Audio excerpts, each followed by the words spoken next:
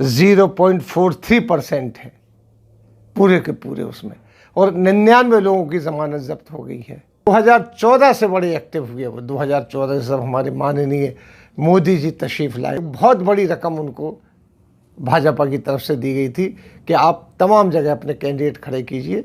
बहुत शोर सुनते थे पहलू में दिल का, जो काटा तो कतराए खून निकला। ये शेर असदुद्दीन ओवैसी साहब के ऊपर फिट बैठता है।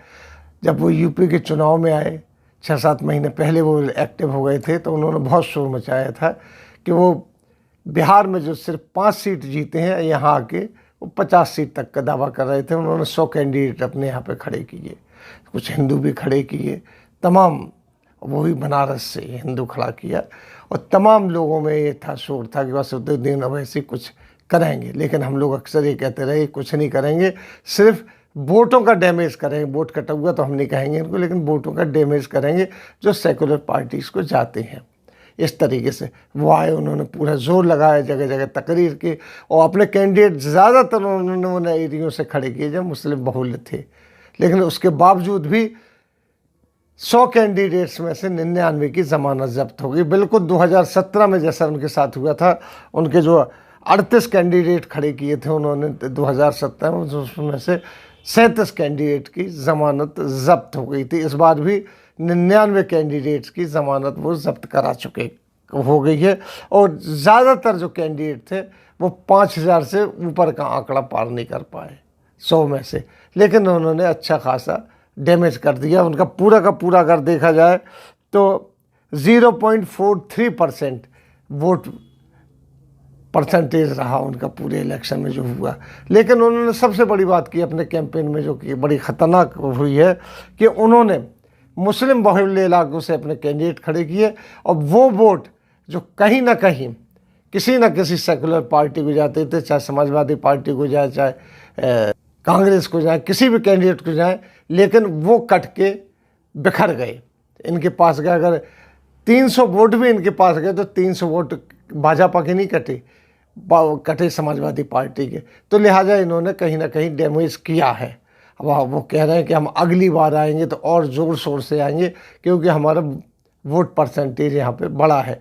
लेकिन मैं तो कहूँगा कि इनका वोट परसेंटेज 0.43% इनका वो रहा है वोटिंग पर, जो कि ना के बराबर है। सबसे बड़ी बात, 99 लोगों की ज़मानत जब्त हुई। सिर्फ एक ही कैंडिडेट थे इनके जो गुड्डू जमाली कहलाते थे, मुबारकपुर से वो खड़े हुए थे, वो अपनी ज़मानत बचाने में कायम हो गए।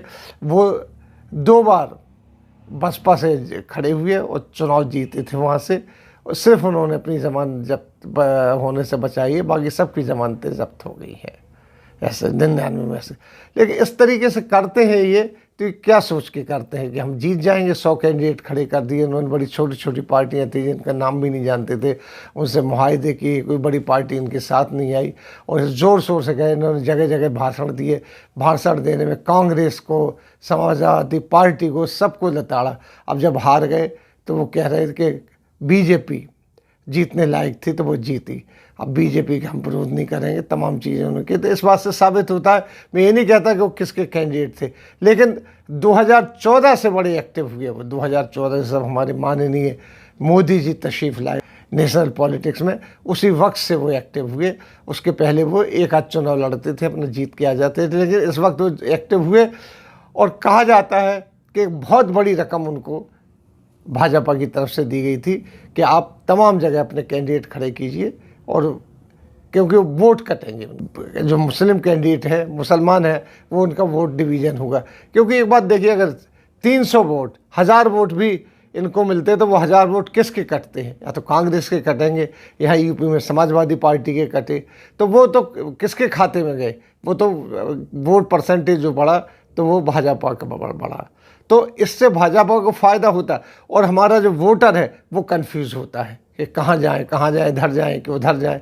लेकिन उन्होंने वो काम किया, और अच्छे खासे धरने पे आते हुए, क्योंकि पूरी तरीके से बीजेपी से नाराज़ था मुसलमान यूपी का, जो आज भी नाराज़ है। लेकिन उसके वोट डिवाइड हो गए, बहुत बुरी तरीके से डिवाइड हुए। उसमें मैं साफ कहूँगा कि उसमें असदुद्दीन ओवैसी का बहुत बड़ा हाथ है, इनकी तकरीरों का बहुत बड़ा हाथ है। एक चीज़ और देखने की थी बड़ी, अगर बारीकी से इनकी तकरीर देखें तो इन्होंने भाजपा को कहीं बुरा नहीं कहा। ये सिर्फ विपक्ष का नाम लेते थे, जिसमें समाजवादी पार्टी भी शामिल थी, कांग्रेस भी शामिल थी, सारी चीज़ें शामिल थी। और ये मेरे आंखों देखी बात है, मेरे आंखों देखी बात है कि इन्होंने सपोर्ट किसको किया। इनका साउथ में थोड़ा जोर है, वो चाहते हैं कि वो चीज़ यहाँ भी हो जाए, लेकिन नहीं हो पाई। अब हैदराबाद तो नहीं हो सकता है ना, लखनऊ, लेकिन इन्होंने सोचा, और ये जहाँ जा रहे हैं हर जगह चुनाव लड़े। इन्होंने अब भी कहा कि वो राजस्थान में भी चुनाव लड़ेंगे, वो सब जगह चुनाव लड़ेंगे, लड़ें, लेकिन ज़रा सोच के लड़ें कि आपका मुकाबला किससे है। आपका मुकाबला भारतीय जनता पार्टी से, जो सिर्फ और सिर्फ ध्रुवीकरण की राजनीति करती है और एंटी मुस्लिम राजनीति कर रही है वो। और वहाँ आप अपना जोर शोर से मुसलमान होकर जब उतरते, सीधी तरीके से टोपी लगा के शेरवानी पहन के मुसलमानों की बात करते हैं, तो उससे वोट डिवीज़न तो नहीं होता, लेकिन बिखर जरूर जाता है।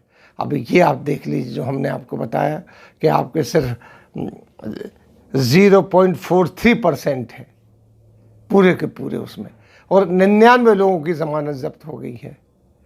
और कोई भी 5000 से ज़्यादा कई लोग ऐसे हैं कि जो आंकड़ा पार नहीं कर पाए हैं इनके। तो इस बात में ज़रा संभल के करना चाहिए, जोश में नहीं आना चाहिए। अब इनको अगर कोई वोट कटा हुआ कहता है तो ये बुरा मान जाते हैं। इसी के साथ हम आपसे लेते हैं विदा, अगले अंक में फिर हाजिर होंगे। तब तक के लिए दीजिए हमें इजाज़त।